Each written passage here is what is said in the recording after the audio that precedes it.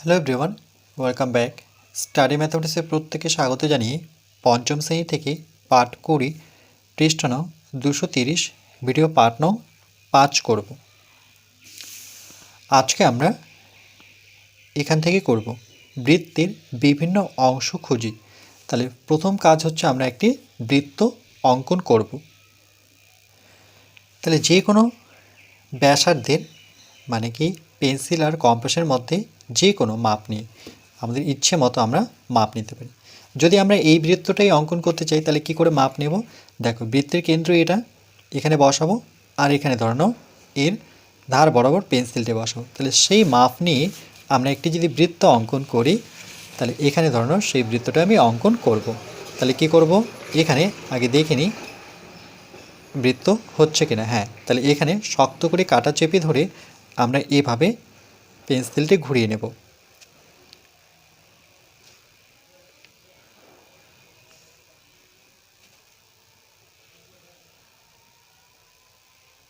এভাবে ঘুরিয়ে নেব। তাই এটা কী হলো? বৃত্ত। এবার যেখানে আমরা কাটাটি রেখেছিলাম, এই যে এটা হচ্ছে বৃত্তের নাম দেব কেন্দ্র। এখানে নাম দিয়ে দেব এটা হচ্ছে ও, এখানে পাশে লিখে দেব ও। তাহলে প্রথমে যেটা পেলাম সেটা হচ্ছে বৃত্তের, এখানে লিখব বৃত্তের কেন্দ্র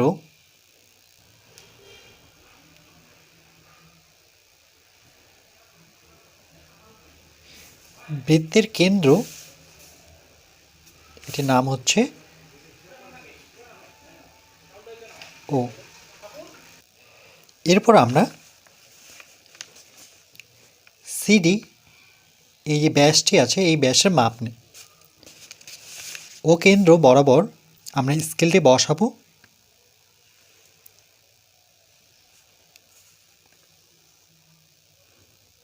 বসে এভাবে একটি দাগ টানব।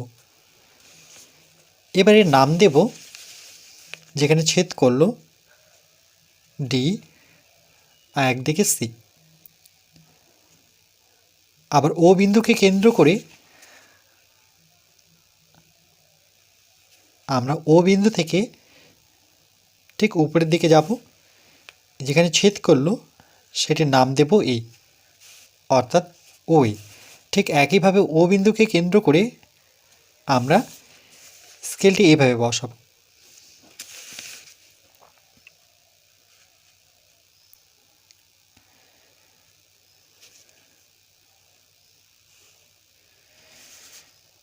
তাহলে যেখানে ছেদ করলো সেই বিন্দুর নাম দেব বি।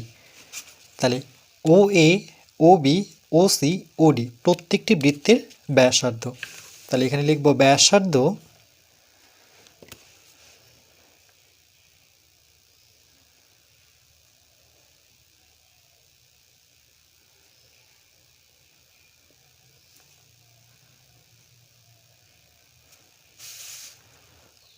ও এ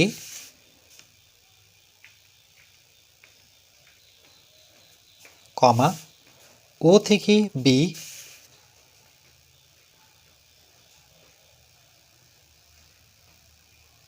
কমা ও থেকে সি,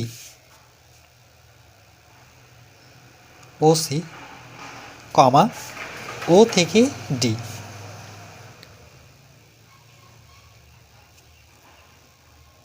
ও এ, ও বি, ও সি, ও ডি।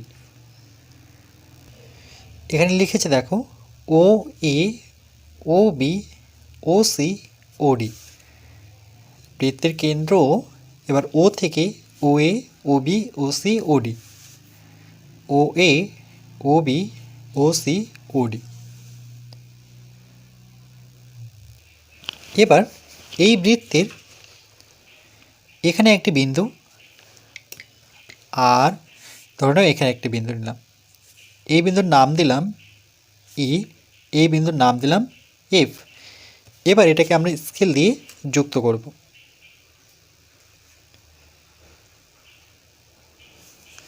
তাহলে ই এফ একটি কি রেখাংশ।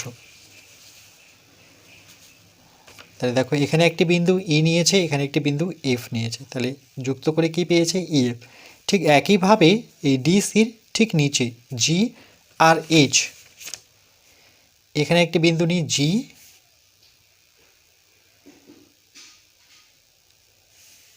আর এখানে একটি বিন্দু নিলাম এইচ। এবার স্কেল দিয়ে আমরা এই দুটো বিন্দুকে যোগ করব।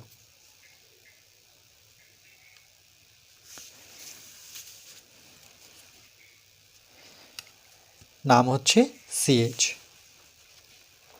তার নিচে আবার দেখো বৃত্তের দুপাশে দুটো বিন্দু, একটা নাম এম আর একটা নাম এন।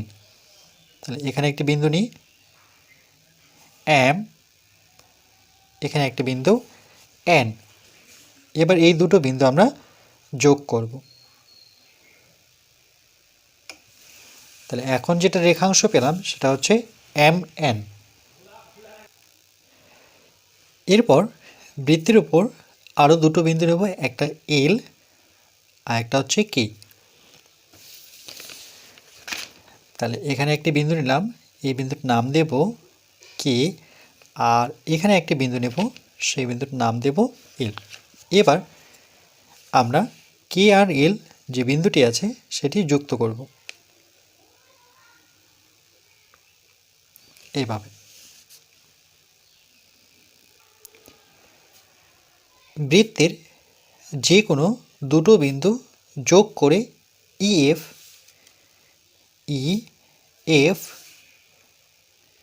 এরপর ডিসি, এটা প্রথমে আমরা যোগ করেছিলাম বৃত্তের উপর দুটো বিন্দু নিয়ে ডিসি, তারপরে জিএইচ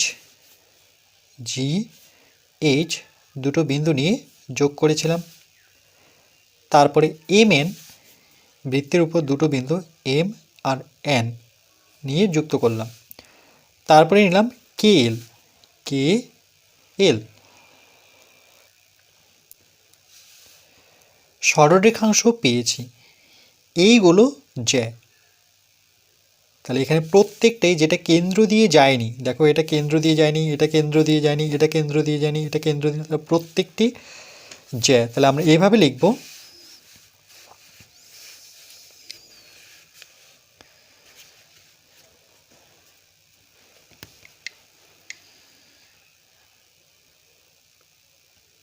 জ্যা। কোনগুলোকে বলবো? যেগুলো বৃত্তের কেন্দ্র দিয়ে যায়নি, যেমন ইএফ একটি জ্যা। এরকম কেন্দ্র দিয়ে যায়নি জিএইচ, এটি একটি জ্যা। ঠিক একইভাবে এম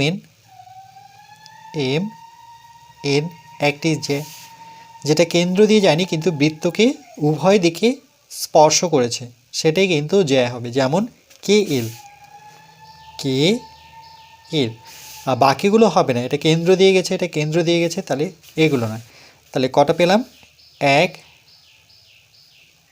যেমন ডিসিও এখানে জ্যা, কেন্দ্র দিয়ে কিন্তু ডিসি গেছে, তাহলে কেন্দ্র দিয়ে যায়নি আর কেন্দ্র দিয়ে যেটা গেছে সেটারও নাম হচ্ছে জ্যা, তাহলে এখানে ডিসিও হবে জ্যা। একটু আমরা কারেক্ট করি, যে এখানে বলেছে যে ইএফ ডিসি জিএইচ এমএন কেল, কিন্তু ডিসি তো কেন্দ্র দিয়ে গেছে, তাহলে সেটাও জ্যা। আর যেটা কেন্দ্র দিয়ে যায়নি সেগুলোও জ্যা, কিন্তু এটা পরবর্তী জানবো যেটা কেন্দ্র দিয়ে গেছে সেটা অ্যাকচুয়ালি কী। তাহলে সরলরেখাংশগুলোর মধ্যে ডিসি, যেটা এখন জানবো যে ডিসি কী দিয়ে গেছে, কেন্দ্র দিয়ে গেছে, সেটা হবে বৃহত্তম জ্যা, মানে সব থেকে বড় জ্যা। তাহলে এখানে লিখব যে বৃহত্তম মানে সব থেকে বড়, বৃহত্তম জ্যা এর নাম, এতগুলো জ্যা দেখলাম তার থেকে বড় জ্যা হচ্ছে ডিসি, বৃহত্তম। কেন? তার কারণ দেখো, যেটা কেন্দ্র দিয়ে গেছে আর বাকি যেগুলো গেছে সেগুলো কিন্তু এর থেকে ছোট। কেন? বৃত্তটা দেখো এইভাবে আস্তে আস্তে কিন্তু এখানে গিয়ে যুক্ত হচ্ছে, তাহলে যত আমরা এই দিকটায় যাব উপরের দিকে বা এর নিচের দিকে যত আসবো তত কিন্তু এই দাগগুলো ছোট হতেই থাকবে।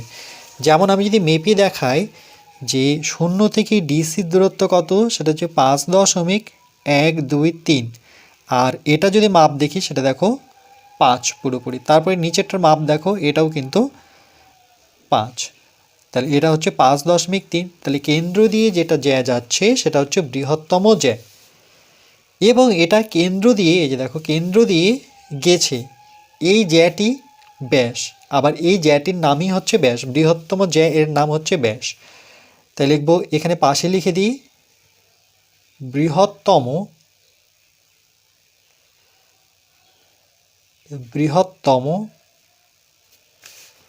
জ্যা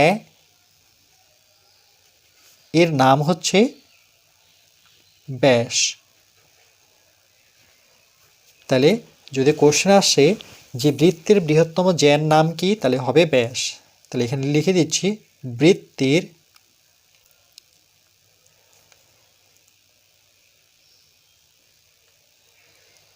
বৃহত্তম জ্যা এর নাম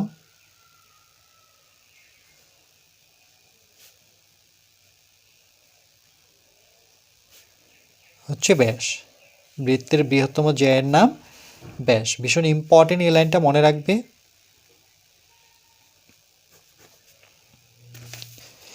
এরপর দেখিনি বলছে ব্যাসই বৃত্তের বৃহত্তম জ্যা, যেটা আমি লিখলাম, ব্যাসই হচ্ছে বৃত্তের বৃহত্তম জ্যা। আবার ডিসি সমান, এই যে ডিসি এটা সমান, এই পুরোটা সমান এইটুক অংশ আর এইটুক অংশ যোগফল, এই জন্য ডিও আর ওসির যোগফল। দেখো ডিও আর ওসির যোগফল।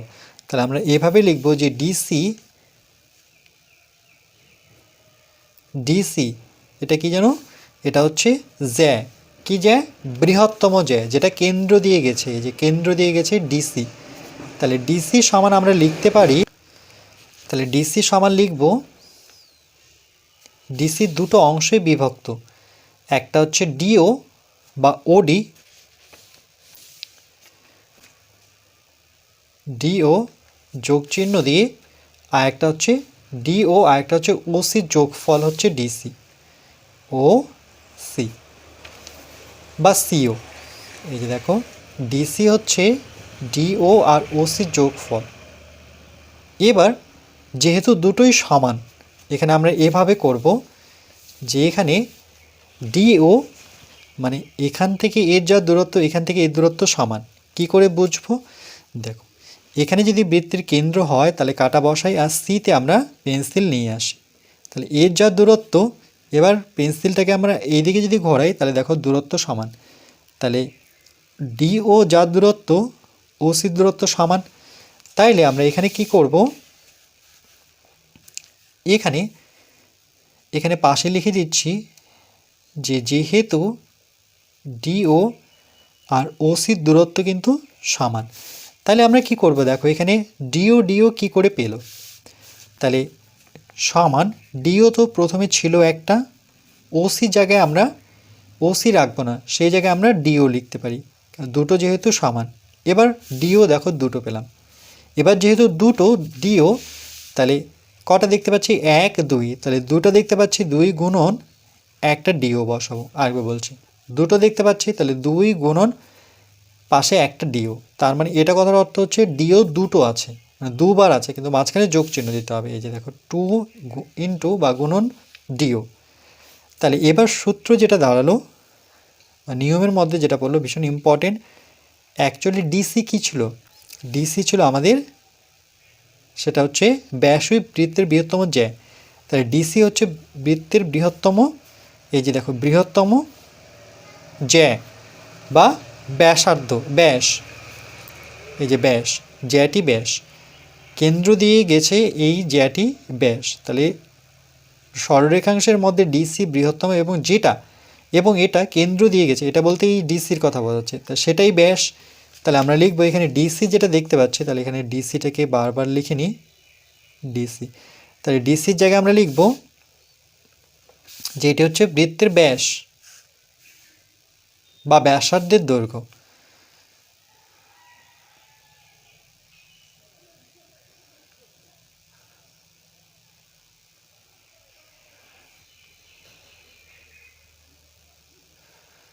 ব্যাসার্ধের দৈর্ঘ্য।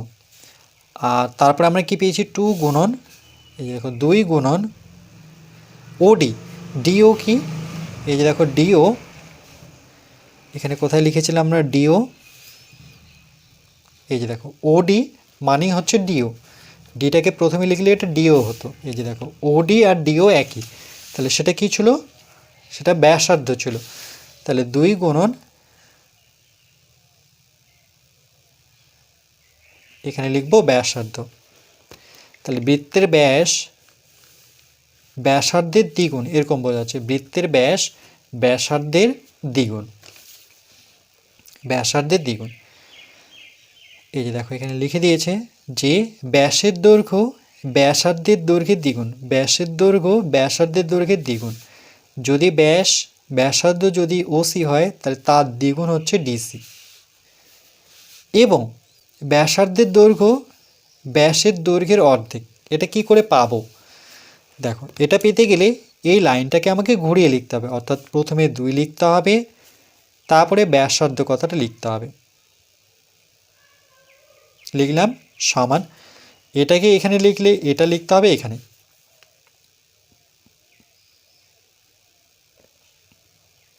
ব্যাসের দৈর্ঘ্য। লেখার পর এবার যেহেতু আমি ব্যাসার্ধ বের করতে যাচ্ছি, তাহলে এইভাবে লিখব ব্যাসার্ধ সমান, তাহলে 2টা যখন ডান দিকে যাবে তখন ভাগ চিহ্ন হয়ে যাবে, মানে এটা তো থাকবেই, ব্যাসের দৈর্ঘ্য তো থাকবেই, এবার ভাগ চিহ্ন দিয়ে 2 বসাবো। মনে রাখবে কোনো সংখ্যা সমান চিহ্নের ডান দিকে বা বাঁ দিকে আসলে পরে ভাগ চিহ্ন দিয়ে বসাতে হয়। তাহলে ব্যাসার্ধ ভাগ মানে আমরা কি জানি, ভাগের যে সামনে সংখ্যা থাক বা লেখা থাক সেই দাগের উপরে লিখতে হয়।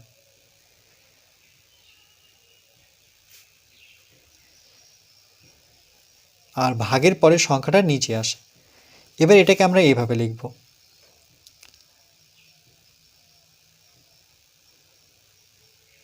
ব্যাসার্ধ।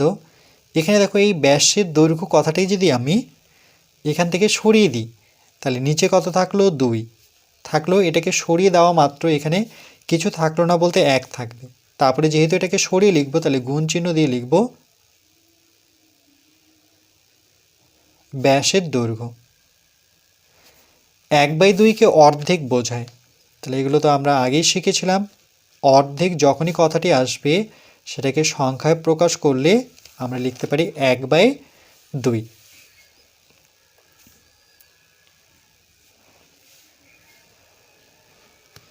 তাহলে ব্যাসার্ধের দৈর্ঘ্য হচ্ছে ব্যাসের অর্ধেক,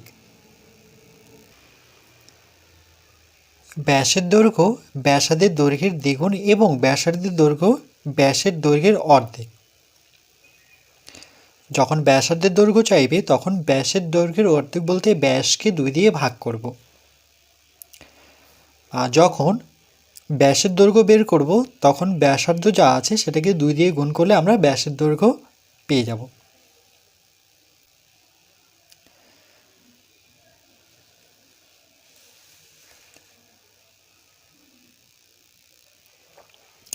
তাহলে ব্যাসার্ধ বের করতে গেলে সেটা ব্যাসের দৈর্ঘ্যের অর্ধেক হয়,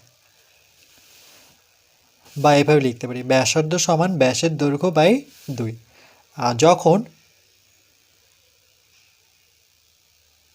ব্যাসের দৈর্ঘ্য বের করব, এখানে ভুল হয়েছে, এটা ব্যাসের দৈর্ঘ্য হবে,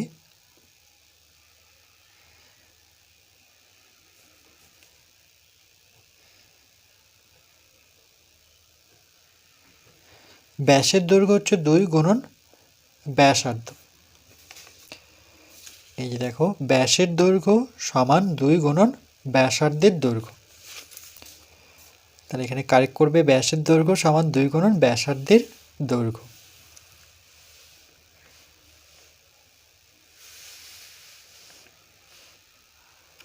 তাহলে এটাকে আমরা জ্যা বলবো, এটা হচ্ছে বৃহত্তম জ্যা, আর এখানে এটা হচ্ছে জ্যা, আর কেন্দ্র থেকে যেটা যাচ্ছে সেটা হচ্ছে ব্যাসার্ধ।